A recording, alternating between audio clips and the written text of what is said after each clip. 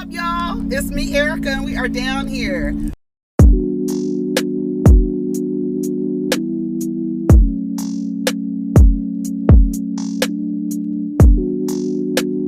Peace, y'all. Take care of each other. Protect your energy. What's up, everybody? It's me, Erica, and we are down here to talk about Love and Marriage Huntsville and then Candy and the Gang. So let's talk about the episode overall. Again, more of the same. I don't know what I'm watching at this point. I was just like, what is this? Like, what are we watching? Do I even like these people? Why am I watching these people's lives on TV? Are these people even likable? Why am I watching this? I think part of the reason why Love and Marriage Huntsville is so popular is because of how relatable the people are.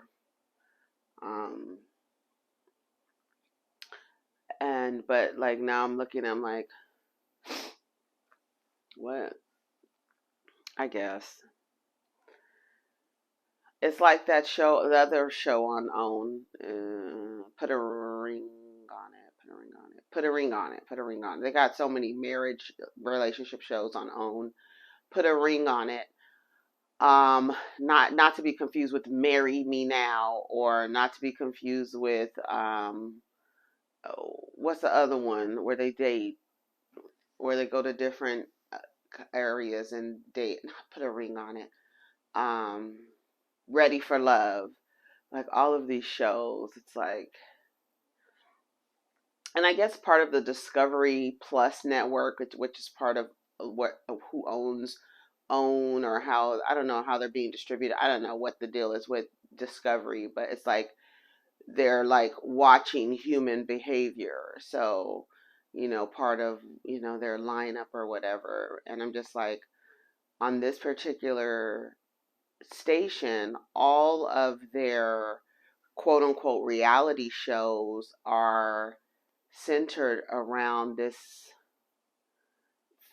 theme, the same theme. And it's like, what are you trying to promote? Why are you sending out this type of programming? Why are you programming women with these themes? What is the purpose of you programming women with these themes of relationships having to be this hard course, this hard journey, this begging somebody, this trying to figure out if somebody is ready or not, this I'm looking for a relationship but not really, I'm just really looking for more follows on my social media account. I'm really someone who's trying to get into acting, so I decided to get on this show and act like I was ready to love or some shit like that, So I'm just trying to figure out like why this type of programming is happening on OWN.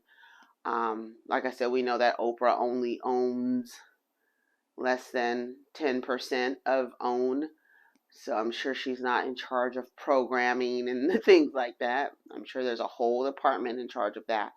But I would like to know, why is the majority of OWN's reality show programming, whose demographic are mostly Black women, why are you programming these women with these themes? What is the purpose of that?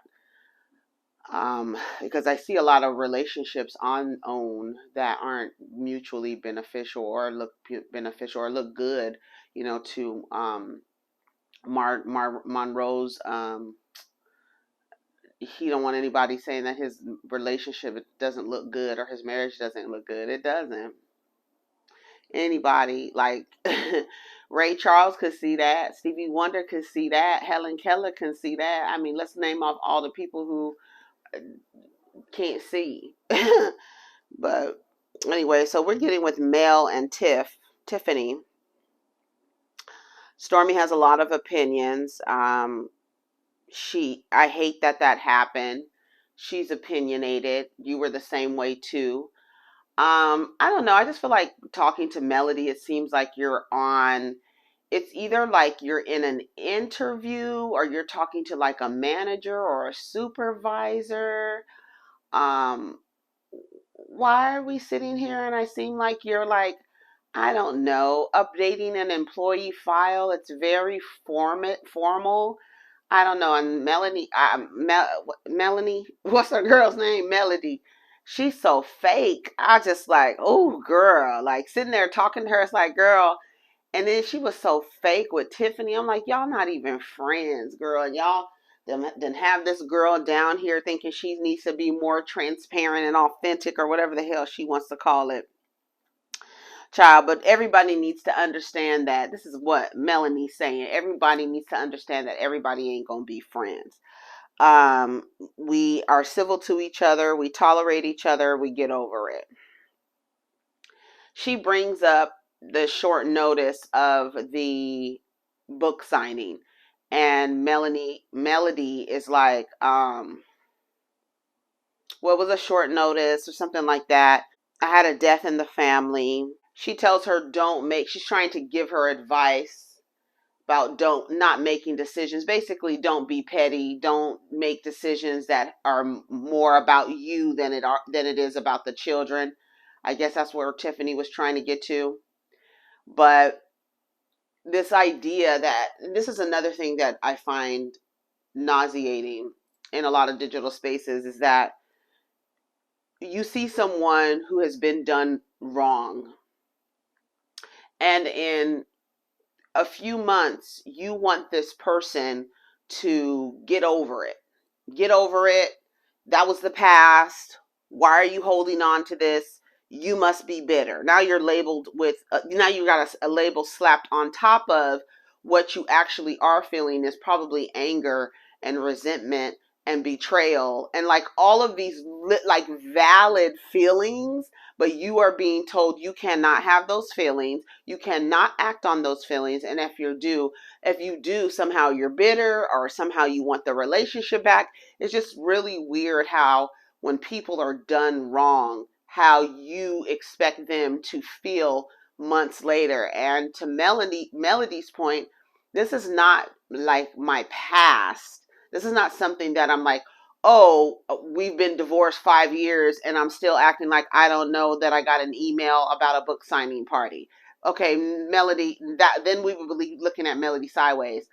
On top of being betrayed and being holding resentment against this man and this man destroying your idea, fantasy, fairy tale, Melody has every single right to have ill feelings towards Martell. It is her recent past. This is not the past. This is not something, this is not like Candace's mother from Real Housewives of Potomac having an issue with her father from years back because he had a baby while they were on a break or something like that and produced Candace's sibling, and she still married him and everything. I don't know, like it's weird, and she still holds on to stuff. Now I could see that and you'd be like, girl, that was so long ago. But Melly's like, I've only been divorced a year. So y'all telling me, oh, just don't make any decisions. Bitch, I have every fucking right to be mad. That's what I'm saying. Like, but Melody, you lend to that too. When people, let me tell you something. This is what a lot of people do, a disservice to themselves. When they act like that whatever is happening isn't bothering them to save face for people looking on. How Melody feels about her relationship with Martell is valid. Whether it's anger, whether it's resentment, betrayal, feeling betrayed, bitter, um, uh, irrational, like any however she's feeling, she has every right to feel those. So I don't really appreciate anybody telling her, oh, be careful. Girl, I'm still pissed. And guess what? I have a right to be. I have every right to be pissed. When I made a commitment to somebody and decided I was going to build a family with them, and they went out and did what they did and destroyed it. Even after I came back and tried to make it work, and then you still continue to fuck with this girl, and then not only still fuck with her, have a baby, and then this bitch be online acting like I give a fuck about her, like she didn't come into my shit. And now she online saying that I'm using her. Bitch, you came into my fucking life. And you made a choice to stay after you found out about me.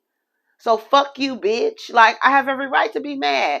That's all I don't understand. Like, and then women do that to other women. You start calling Melody bitter and stuff like that. No, she has every right to be. That's how I feel about it.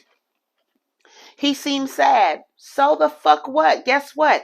If he hadn't have been out sticking his dick in everybody, he could have had his whole family there. The whole fucking crew. We could have been there with our children and his wife with their new book coming out about traveling. Yeah, no, you could know. You're going to look sad because your children, and then you're going to schedule it on a week that they're not even yours, and you want somebody to do what? To make accommodations for you to do what? So that you can look like dad of the year? No. You've lost privileges of Melody putting herself in a pretzel to make you look good. You lost the privilege of a woman standing next to you and putting on a mask so that you can look good. You've lost that privilege because that's what wives do. That's what spouses do. I'm mad at you right now, but here we still a family. I'm still what this is the Holtz. Remember in season 2, the Holtz. We the Holtz. You could have had that. But you made a choice. And now you sitting at the book signing looking stupid. And now turning around and making it seem like, oh, Mel's still mad about, what I went through. What. She has every right. If she want to be mad for a year or 2, she has a right to be mad. And nobody can tell her when she needs to get over it. She had a dream. She had a dream. She had a plan. And she entrusted those dreams and plans in a man. And he did what men do. And she was supposed to stay. She tried. She even had a baby. But then he went out and made a baby because he couldn't control himself. He didn't have enough discipline and enough self-control to maintain his empire. He allowed pussy to crumble his empire. So you could sit there at the book signing and be crumbled and sit there in the rubble of what would have been a really good marriage. And you could have had your whole family there. But you want to do what you want to do, and that's it. So don't nobody get to say nothing to Mel. I'm sorry. Even though I'm not Mel's biggest fan, but y'all not going to do that. Tiffany. Men try to control you. They still try to control you. And I'm not going to let him control me. That's it. I'm not protecting your image. You're not allowed to control me. I'm not going to even play like you're the head of the household and you're the head. I'm not playing those games with you. The mask has been ripped off. As soon as you have babies and you don't get the luxury of having your wife stand up and smile when she really wants to slit your throat. You don't get that luxury anymore. Tiffany tells us same thing. She was with a nigga that she loved. She got married for love at first. What did they tell you? I don't see why that's a big deal. And I don't even like the way Mel said, oh, he gave you unconditional love and you broke his heart. No, bitch. I wanted to have a marriage where I didn't have to pay for everything. I wanted a marriage where I didn't have to feel like I was working and working and working and still had no access to resources. I was married to an unresourceful nigga. What is it? How does it, when you're not resourceful, what is the word for that? Sound like she wanted to be in a relationship where she had resources. She wanted a different life, even though that was her soulmate. And I believe you have. I think we're way past the point. If you've been following me for any amount of time, I don't believe you have one soulmate. I believe that souls meet on different levels, and they're not always romantic. A lot of the things that they tell you about twin flames and soulmates, you've romanticized it, and now everybody you think you have some commonalities with and some parallels with, you think that they're your twin flame or your soulmate. and now you've romanticized, and now you feel like you need to sleep with your soulmate, and then you turn around and you get married to your soulmate, and then you realize, I really love this person, I want them to, they are my soulmate, but they're not, it's not practical to build a future with this person. I need more money. So she got married to where she can like the person, love the person, and also have some resources. I don't blame her. Nobody, once again, nobody should make any woman feel bad in a society that men created that told you that the man is supposed to hold this position. Then she should be able to hold a position as well, and she should be able to relax. If you're going to get married, part of being married is not to, oh, because we love each other. It's about building.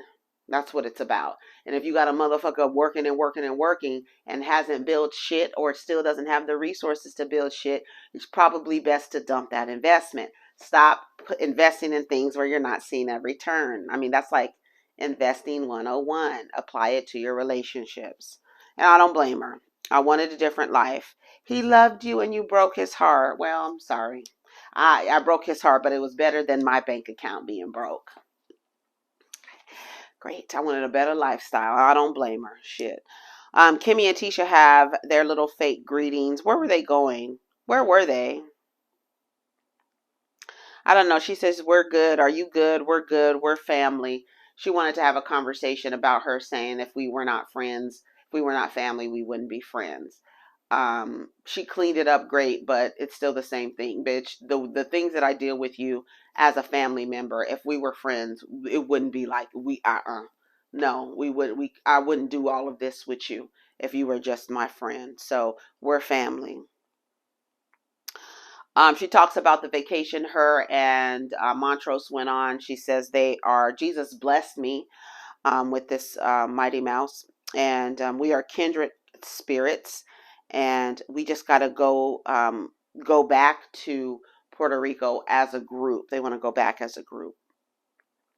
She talks about Mel's party and how her Miss Cousin was there. I'm not mentioning her cousin's name because her cousin wants her 15 minutes of fame, and you're not going to get to clock him over here. Clock them on somebody else's channel. You won't get to clock them over here how many times they mention my name. We already got one fool who thinks that everybody's centering the show around her. We're not going to get another fool to think it. People who have no intro, no credits, no nothing, thinking that, oh, somebody needs their name to keep the show going. Girl, you're not going to get no time over here. Clock the time over somewhere else, Miss Cousin.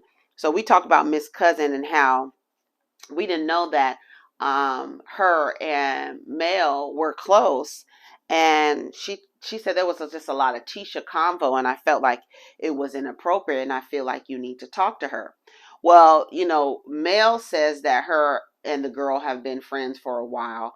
Tisha says she didn't know that they were friends. So just because that's her cousin doesn't mean that she has to know who all of her friends are. So if they built a relationship, they might have built a relationship where Mel feels like if I here's someone who is a little thirsty, I can get a little bit out of her. She's willing to sell her family up the creek for a little bit of time, and then I can position myself like I'm not really the one who tried to break up your marriage, even though my marriage was on the rocks. I wanted to take everybody with me.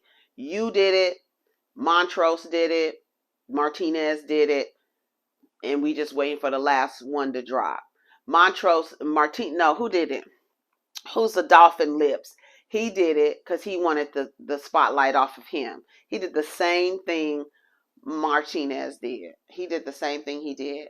He told him he wanted to say he had how many girlfriends? 20 girlfriends or something crazy like that. Now that the spotlight is on you, hairdressers and stuff like that, right? Melody's hairdresser or something like that. That was the rumor. Now that the spotlight's on you, now you're going to post a picture with Mighty Mouse. And now he got to explain something to his wife, and she got to look a fool because she really, on her word, said if he was cheating on me, it'll be over. But it was a long time ago, and so she moves the goalpost. Kimmi moves the goalpost. Oh, well, maybe we weren't together, even though y'all had a house together. So I don't, girl, whatever.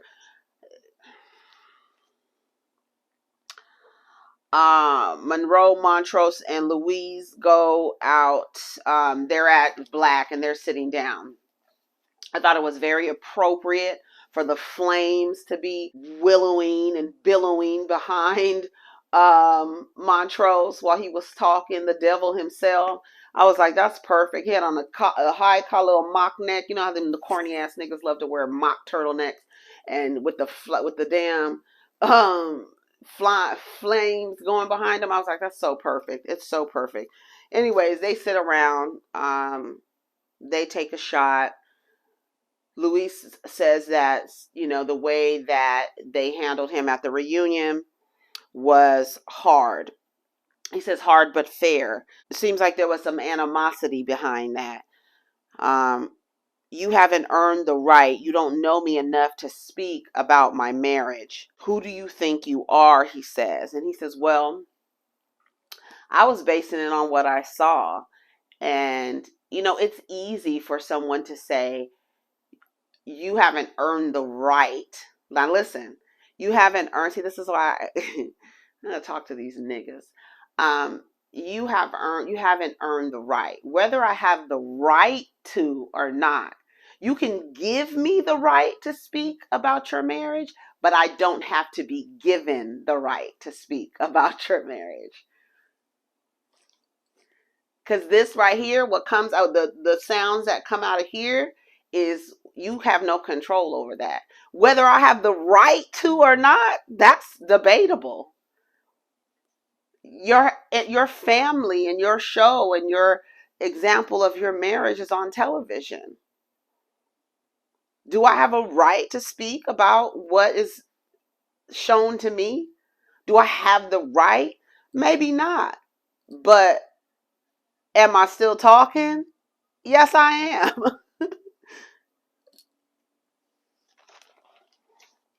We not close enough for you to be talking on my relationship. Okay. But I'm just going off what I saw. I'm just going off what I saw. No one should give you advice that you're in a bad marriage. You have to earn that right.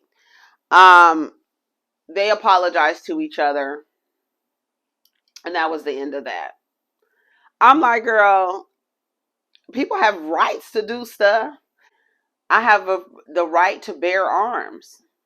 Do some people have a right? Some people whose rights have been taken away from them, do they still continue to bear arms?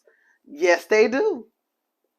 Just because a right has been given or not been given doesn't mean that the action can't occur. Like, girl, y'all don't have a right to cheat on your wives. You've made a commitment. You actually signed something and also stood before the person you call God.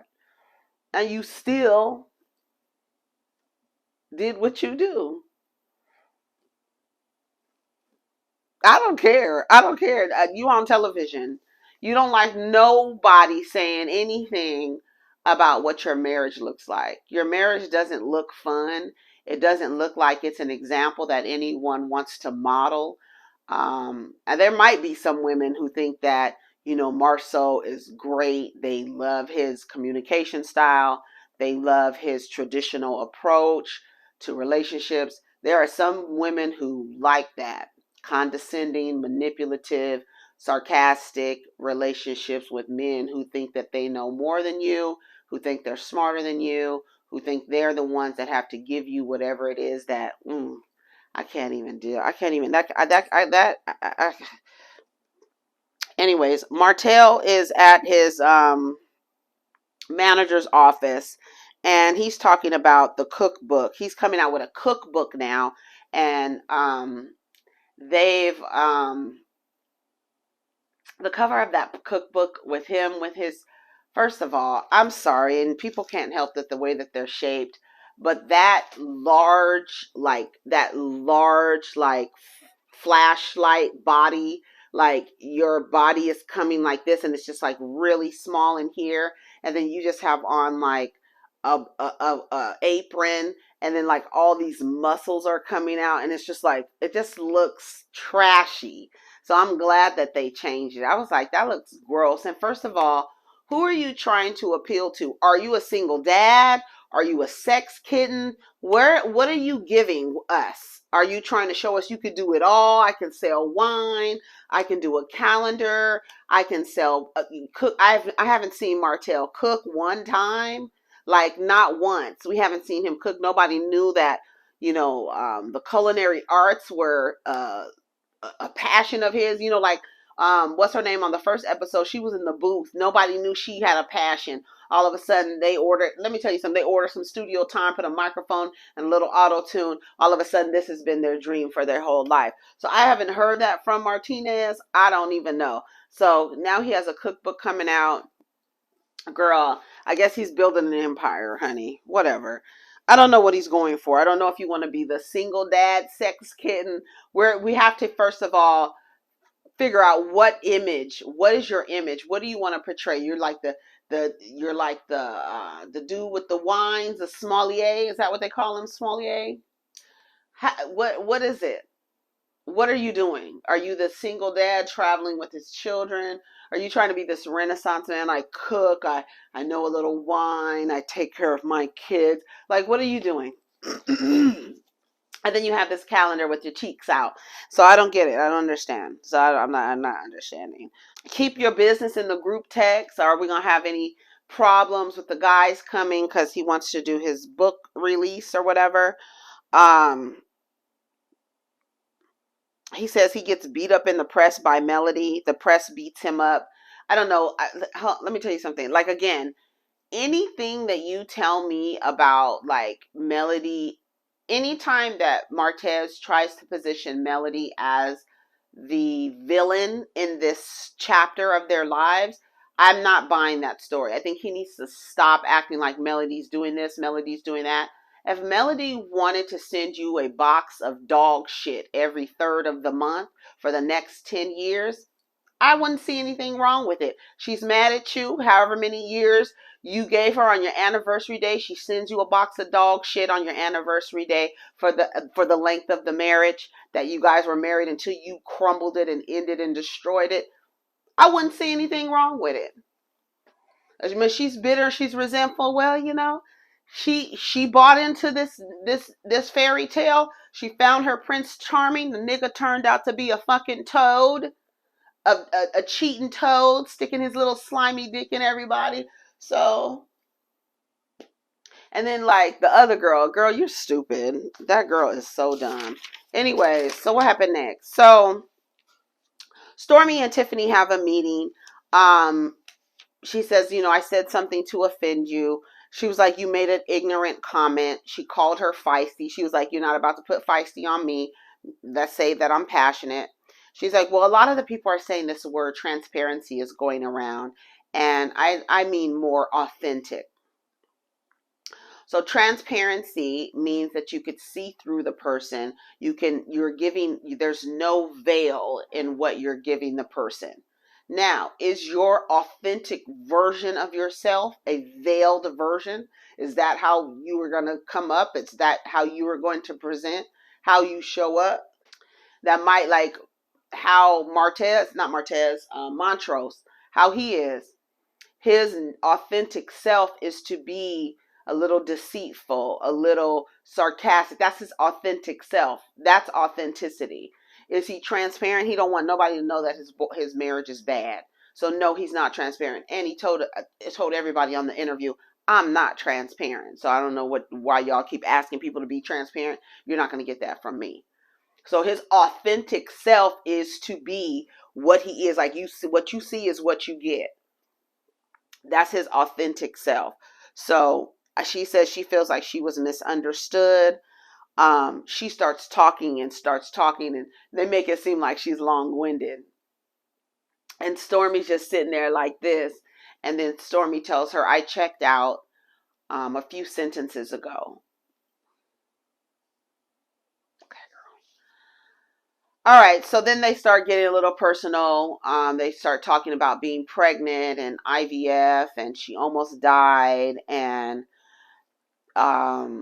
Tiffany shares that she's 34 years old.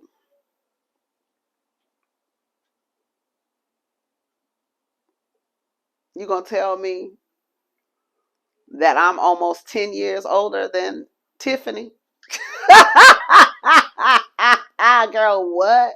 First of all, that limp hair, oily hair style, that's not cute. The limp, oily hair, we need a new hairstyle. We need some body yada yada in the hair. We need a new wardrobe, girl. If you're 34, I'm 35. If you're 34, I'm 34. Okay? Her wardrobe is lacking. The hairstyle is lacking. She doesn't seem to know what to do with her hair. She might be one of those women who she just wants to have her long hair. It doesn't need to be in a style. She just wants the long hair. Your hair needs to be styled. It looks a mess. It looks limp. It looks tired. It looks boring. You're like just regular. Like, I don't know. Like, she's just a regular girl. Like, you're not giving me 34 at all. Hell, Melody's not giving me 30. They all give me, like, in their 40s. Like, they give me in their 40s. That's what they're giving me. So she says, are we good? And then she said that, well, yeah, we're still getting to know each other. She said she hit her with a Cynthia Bailey. We're still getting to know each other. She was like, okay. So they said that Tiffany says that her and Lewis want a baby. I mean, she is 34. I thought she was older than that, to be perfectly honest. So she's 34. Go ahead and have another baby with oomph oomph. All right. So Letitia and Miss Cousin, I almost called her name. Miss Cousin have a sit down. They sit in the back. She comes in. She basically tells Letitia that the reason why she talked about her at Mel's party was because 5 years ago you called her Kelly Price. You should have never called me a fat ass Kelly Price. That's what she hit her with. Bitch, you telling me you getting revenge on me? What, you Ashley Darby, bitch? You getting revenge on me 2 years, 3 years, 4 years, 5 years after I said something to Melody about whatever your situation is, girl? You talked about my personal life 5 years ago. Is that why we're here? Like I said, if I was Tisha, I would have been like, okay, this is what we doing. You bringing up something from 5 years ago. All right, so we can just cut ties because it seems like you literally want to be on camera. Like, that's what you're doing this for. So I'm not going to be your avenue into stardom. So we're good. We're going to cut ties, and this is going to be the end of the scene. All right? And got up and walked the fuck out. Bitch, you're going to be sitting there looking crazy. You're going to be sitting there looking crazy. Tisha walks out. She on the phone with Kimmi, telling Kimmi what happened. The cousin walk up like she about to do something. Girl, what you about to do? I'm standing in front of my shit. You need to leave. Yeah, I'm talking about you. What you just did. Because you have a lot of fucking nerve. To come about 5 years later to be talking shit about me to some bitch that calls me her enemy. Ain't no more scene. If I was Tisha, I hope when we come back next week that ain't no more scene. You coming, girl, come and confront me on my show in front of my restaurant and you trying to get a spotlight. We're not filming no scenes. I know you trying to get a moment. We're not having no moments here. Ain't no scene. You coming out here trying to confront me? Yes, I'm talking about you. What else is going on? Yes, I'm talking about you. We've cut ties. There's not going to be no more. You need to take your mic off. And that's it. And the only time you're going to be able to get on the screen is through Melody, not through me. We're good. Period. And I'll tell you, social media is the 8th cast member of this show. Y'all in the social media, the cast of Love and Marriage Huntsville and social media, it's like, it's a mess. Oh, now who you talking to? Girl, it doesn't matter who I'm talking to. I just told you we cut ties. Goodbye. See you later. So we're going to see what's going to happen. Y'all tell me what y'all thought of the episode. You haven't earned the right. Okay. Earn the right. Who I got to earn something from? From you? I got to earn from you? I got to earn the right to talk about your marriage when I could literally see that the shit is bullshit. I haven't earned the right. Okay. But I'm going to still talk, so what you going to do? Since you haven't given me the right to do something and I continue to do, what you going to do?